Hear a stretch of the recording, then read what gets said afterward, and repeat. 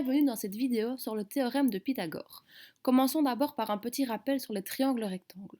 Un triangle rectangle est un triangle qui possède un angle droit. ABC est un triangle rectangle, l'angle A est un angle droit qui mesure donc 90 degrés. L'hypoténuse est le côté situé en face de l'angle droit, en face de cet angle A.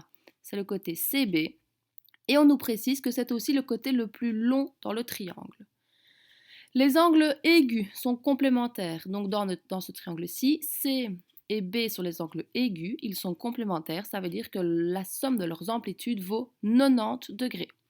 On rappelle aussi que dans un triangle quelconque, donc ça c'est pour tous les triangles, la somme des amplitudes des trois angles vaut 180 degrés. A plus B plus C vaudra 180 degrés.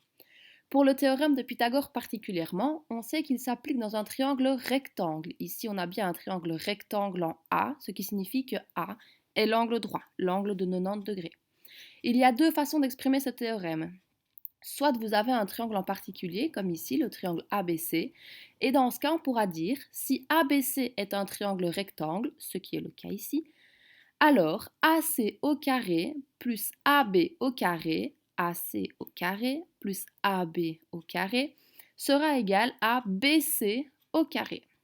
De façon plus générale, on dira, dans un triangle rectangle, la somme des carrés des côtés de l'angle droit est égale à l'hypoténuse au carré.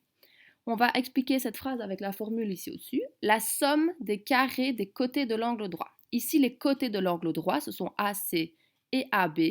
On prend le carré de ces deux côtés et on les additionne. C'est bien ce qu'on effectue ici.